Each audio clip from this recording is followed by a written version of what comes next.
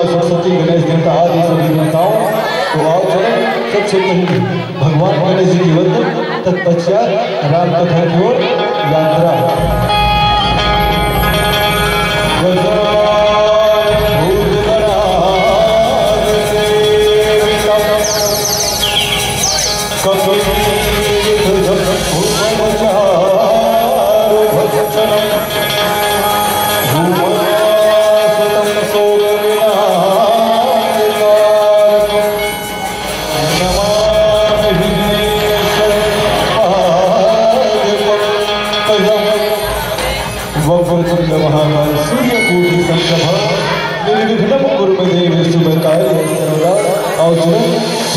प्रस्तुति मंडली के भगवान गणेश जी का सादर सादर समर्पित।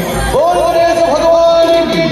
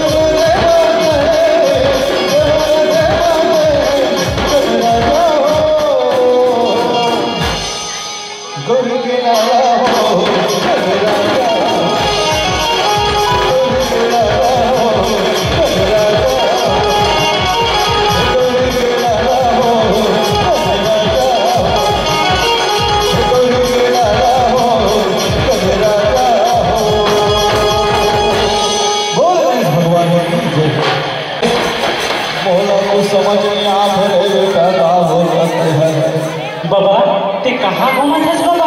सियान हो गए हस तेना में ते एक गली हो गली जाए नहीं छोड़स बाबा। कहाँ गए हस बाबा? मैं काला बता बेटा चंद्रेश, मरोदा में 2 दिवसीय कार्यक्रम होने के मंदिर पर आ जाते उल्ला सोने भर के निकले हो मेरा खा पी निकले हो 11 बज गए। ऐसे का तते है यहाँ झांकी देखे में रहस बाबा? हाँ बेटा चंद्रेश, झांकी देखे बरा हो। अच्छा बनेगी बाबा। अब काला बता बेटा, आजकल हमारी संस्कृति का भुलावा का बेटा चंद्रेश, काला बता बेटा, आजकल तड़क भड़क के जमाना हमारे छत्तीसगढ़ के संस्कृति का पूरा भुला बाबा। तेहना अधिक चिंता फिकर झंकर बाबा, ये हमारे छत्तीसगढ़ के कला संस्कृति राउतनाथ, रीडो, पंथी, कर्मा, ददरिया नहीं लगा है बाबा, नहीं लगा है बाबा। हमन यही हमारे छत्तीसगढ़ के कला संस्कृति और अपन धरोहर ला बचाए और दिखाए बनना बाबा। हमन ये मरोदा के जब तक भैया मन ही, ये मरोदा के जब तक दीदी मन ही, तब तक हमार कला संस्कृति नहीं नंदाए बाबा, नहीं नंदाए। कहा था बेटा चंद्रेश, एक सिर बैठ के देखा तो बेटा हमारे छत्तीसगढ़ का पूरा परंपरा लगे। चल बाबा ते बैठ और देख बाबा। हाँ बाबा हाँ। छत्तीसगढ़ का कोरा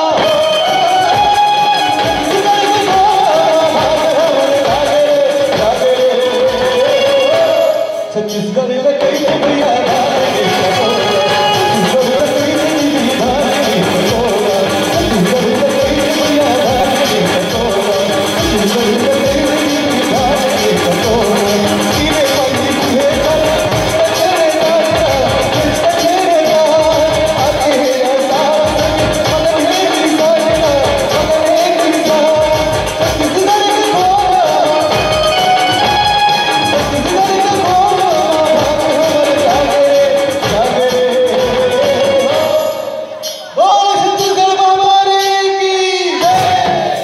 छत्तीसगढ़ लकड़ी भैया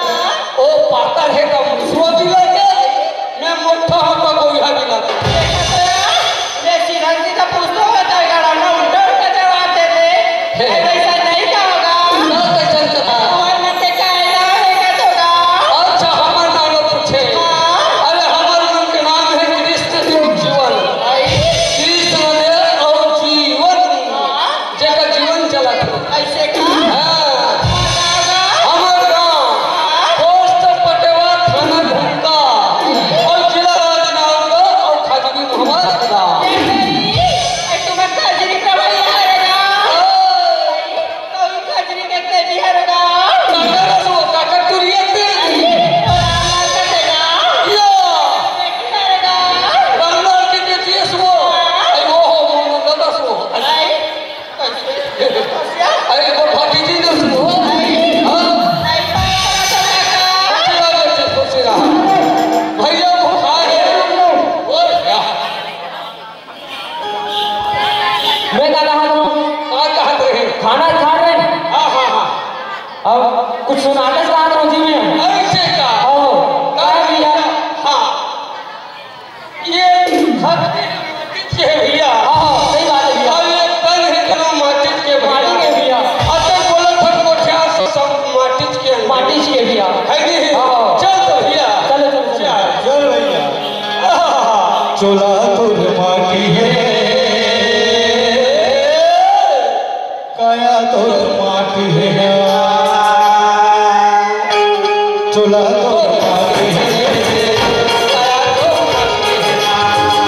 चोला तोर माटी है काया तोर माटी है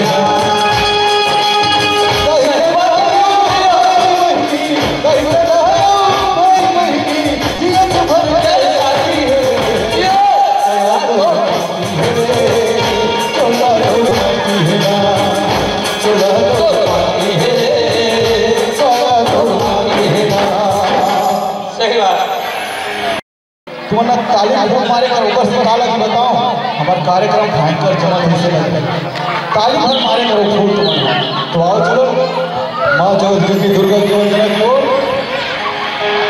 याद आती है माँ भवानी की तो सारे जमाने को भूल जाता हूँ याद आती है माँ भवानी की तो सारे जमाने को भूल जाता हूँ और शीश नवाता हूँ तेरे चरणों में तो उठाने को भूल जाता हूँ उठाने को भूल जाता हूँ रखिले में आजला मोर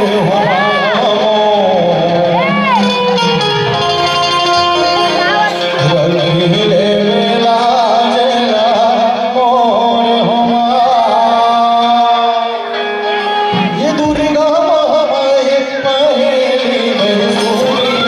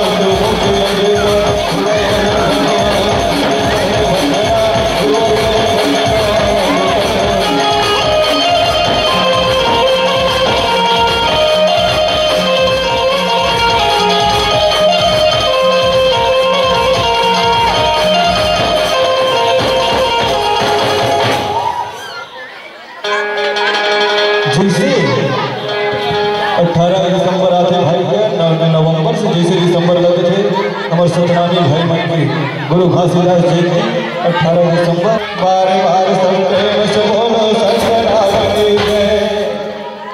घासी गुरु सतनाम पुजारी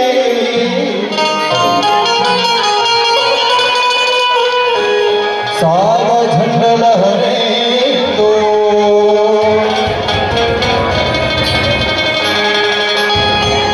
सत्य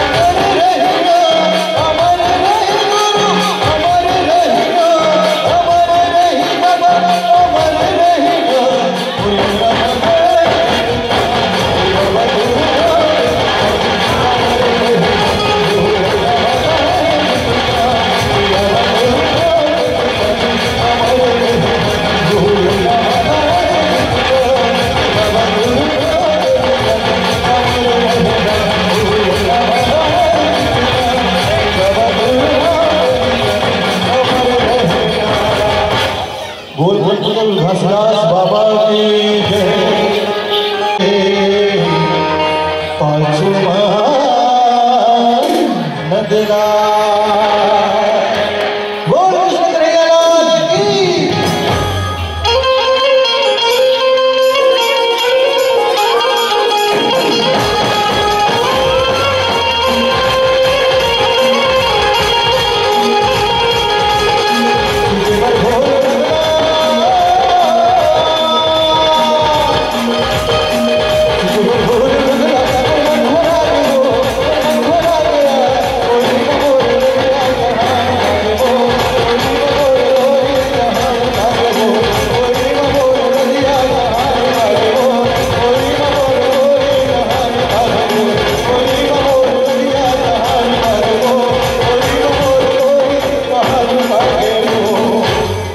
लड़ते रहे वतन आनोबान के लिए, लड़ते रहे वतन आनोबान के लिए, तो देते हैं जान हिंदुस्तान के लिए।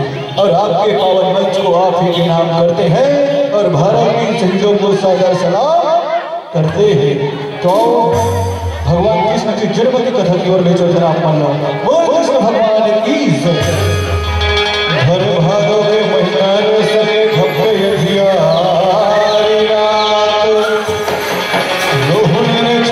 जन्म धरे कृष्ण लिए अवतार।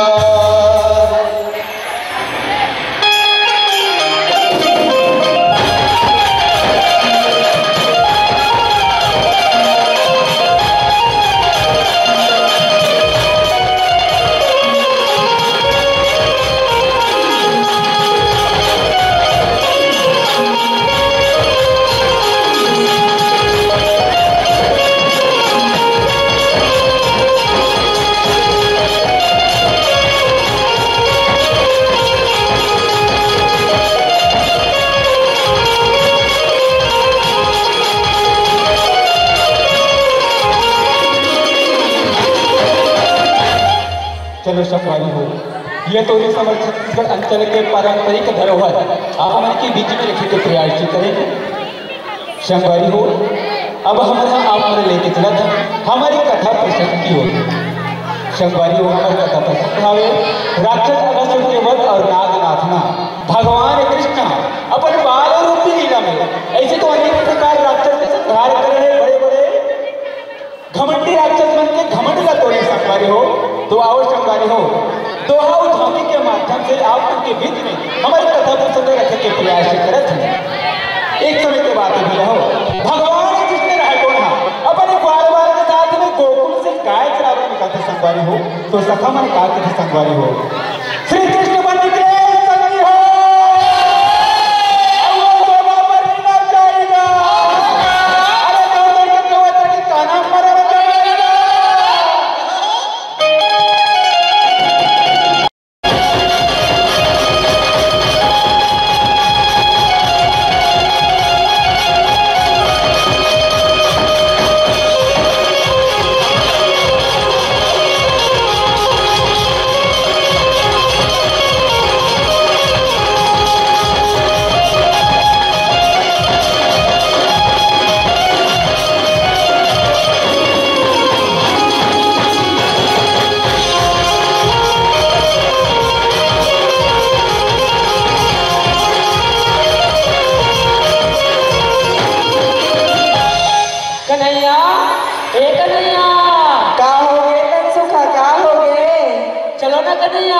जम्मू सका मिलके ना यमुना किनारे डंडा नहीं चलो कन्हैया। ठीक है तन सुखा, चलो जम्मू सका मिलके ना डंडा ना खेलो तन सुखा। मैं कन्हैया मधुबन जंगल में जा दो, वहाँ से सुकर सुकर डंडा काट के ला दो कन्हैया। जल्दी आवे तन सुखा। ठीक है कन्हैया।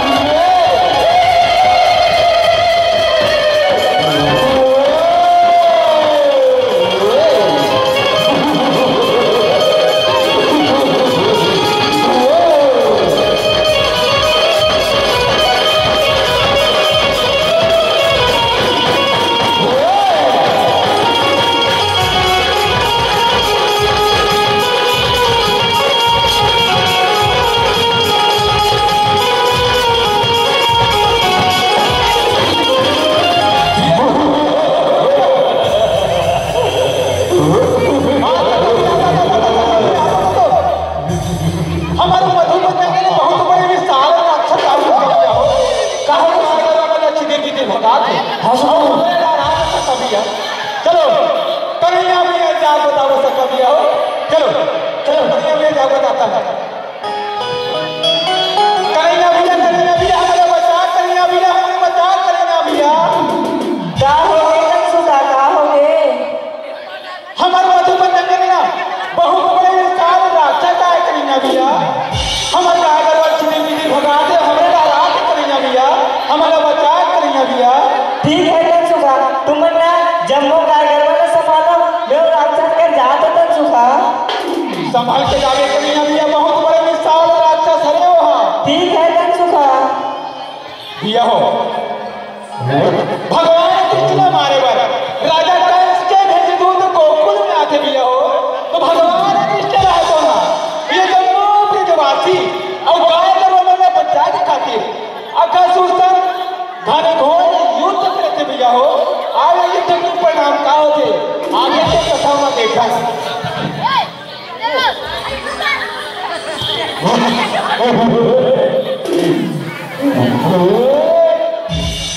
अरे राक्षस, देखो नस और कहाँ ले आस और तो नाम का है?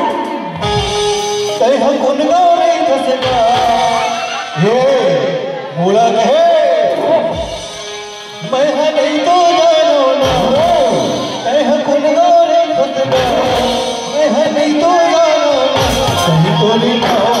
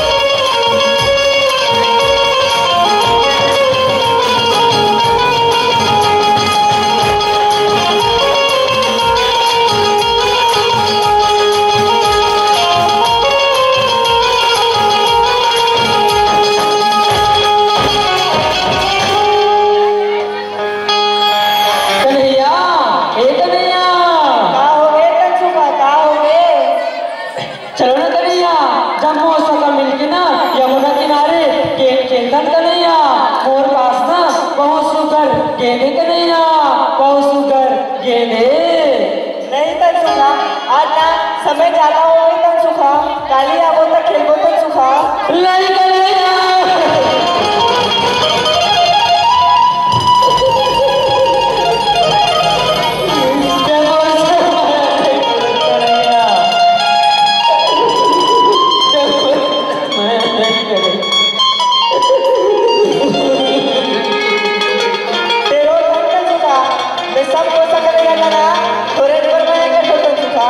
चलो जब हो सका नहीं ना देख सकते तो सुखा ठीक है कन्हैया चलो सका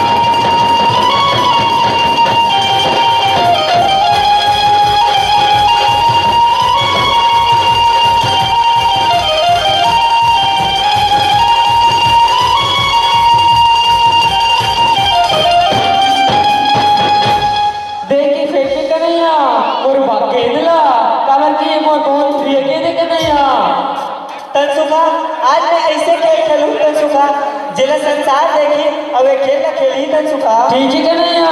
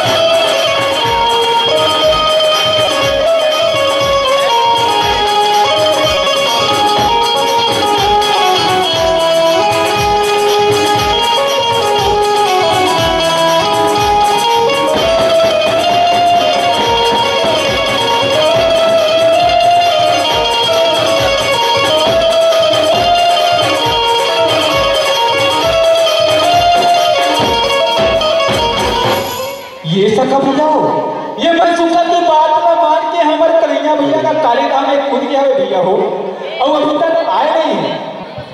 एक काम करथन सका भैया हो, चलो मैया यशोदा जाके बताथन सका भैया हो, चलो चलो सका भैया हो, मैया यशोदा जाके बताथन।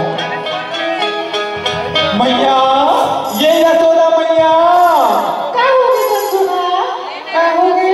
मैं कैसे बताऊं मैया, मोला तो बहुत डर लगा थे मैया, मैं कैसे बताऊं मैया। तो सुनना चाहता था सुन मैया, हमारे दुलार करैया, हमारे मैया करैया, हमारे कन्हैया भैया ना मैया काली धाम में कूद गए मैया।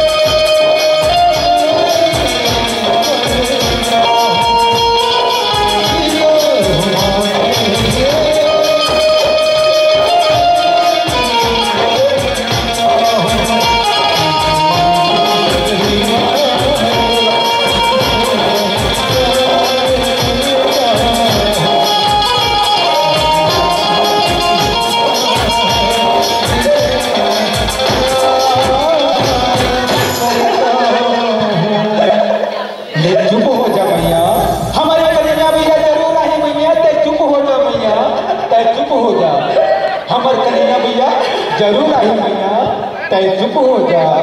तारा भीतर काले रंग हंस सकती है और वो भारी पिंडिया जमाएगा, हमारे राज्य में स्वतंत्रता की कालिया रंग लग जगाएगा।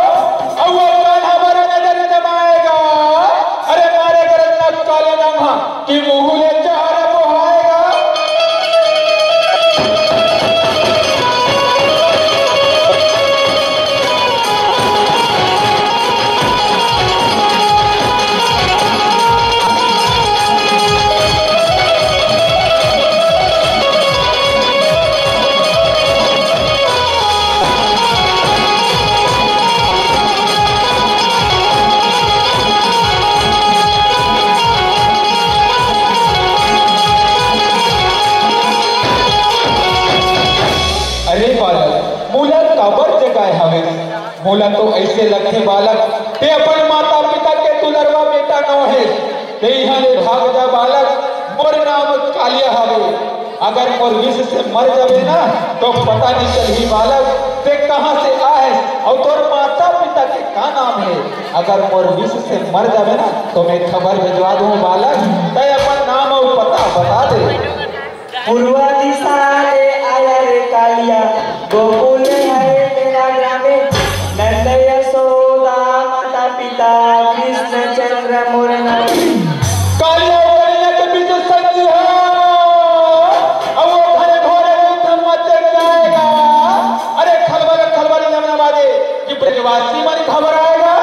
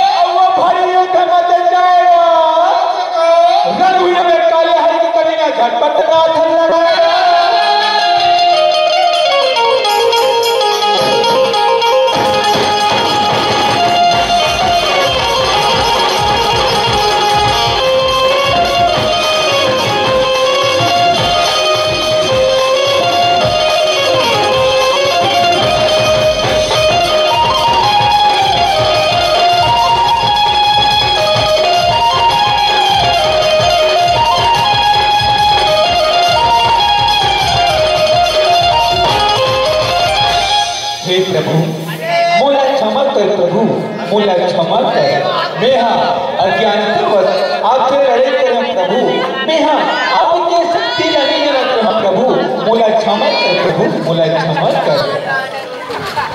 अरे यार, जिसके सिर पर हाथ लग गया था वो मेरा दास बन जाता है। अब तुम सदैव नागों का राजा रहोगे और अपना दिन में जाकर निवास करोगे। हे मस्तु कालिया, हे मस्तु।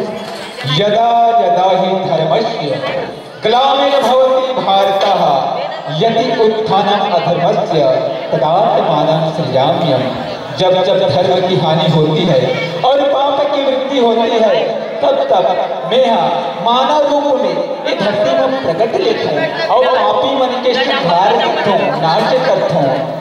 आज मैं तुम्हें ऐसे आशीर्वाद देता हूँ कालिया कि ते सदैव नागों के राजा रहिए और रमणक द्वीप में जाकर निवास कर गए। हे मस्तु कालिया, हे मस्तु।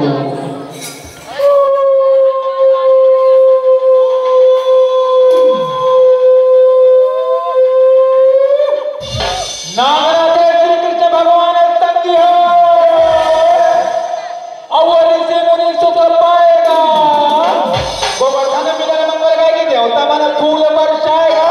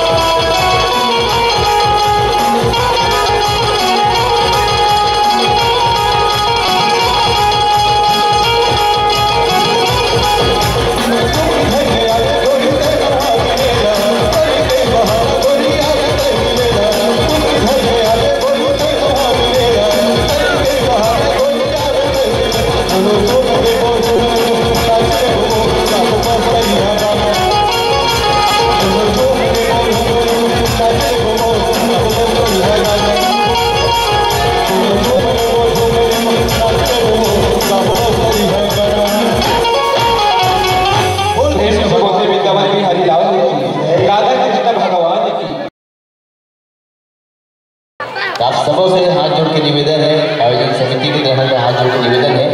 और जो जाने वाले हैं तेरा रोक भी नहीं सकते, लेकिन तभी से मैं आप सबों से निवेदन करना चाहूँ कि बकली की एक प्रस्तुति होना है। महाभारत मात्र आधा से 4 घंटा पढ़वानी और ओकर बाद में अंतिम प्रस्तुति रही बकली। ओकर बाद में हम सब विदा लेबो और काली फेर से मंच के माध्यम से आप सबों जोड़े के प्रयास करबो। जितना भी महतारी हमारे दीदी आप तमाम माता शक्ति से निवेदन है ये बकली की प्रस्तुति होना है महाभारत के आधा घंटे के बाद में। आप सबों से निवेदन है कि बहुत ही अद्भुत प्रस्तुति रही बकली के। आप सबों से निवेदन है कि एक बकली की प्रस्तुति देखने के बाद में आप सब विदा रहू। और भैया मन से निवेदन है महाभारत पार्टी